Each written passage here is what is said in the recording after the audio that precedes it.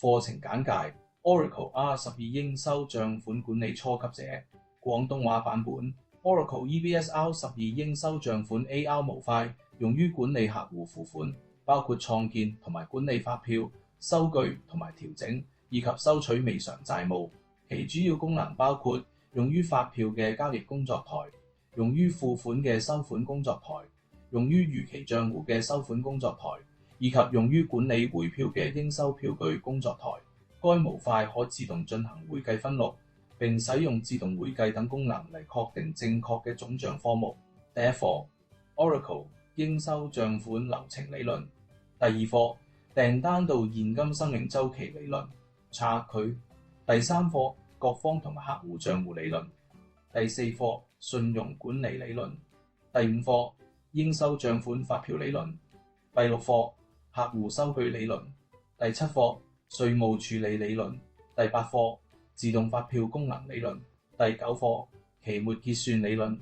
香港艾力老師從2000年開始喺香港從事 Oracle EBS 功能顧問工作，具有深厚嘅項目實施經驗，技術涵蓋財務、生產、供應鏈及客戶關係管理。所有線上課程分為數個不同嘅階段。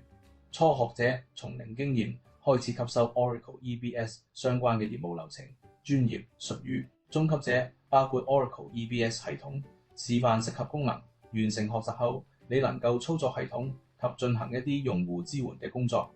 高級者包括 Oracle EBS 系統嘅全盤設置，從項目嘅開始，直至到系統上線當中嘅所有配置。學好線上課程嘅好處即係咧，一不論何時何地，你可以利用你嘅手提電腦不停學習，冇時間及地理嘅限制；二可以喺你公餘嘅時候自行進修，所有線上課程皆可重複觀看；三從基礎理論系統操作到高級配置，提供相關嘅唔同課程供各位學員學習；四一般學員從新手直至做精通成為功能顧問，大約需要個2個月時間。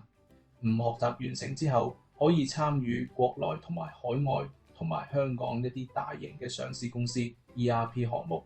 六賺取豐厚嘅薪金。七更加有機會加入我哋公司團隊，一齊進行 ERP 項目。八所有學員嘅資料皆會記錄喺本公司嘅數據庫，當中完成特定嘅相關培訓課程，有機會由公司團隊篩選出嚟，成為我哋公司嘅功能顧問，參與國內同海外同香港一啲大型嘅上市公司 ERP 項目。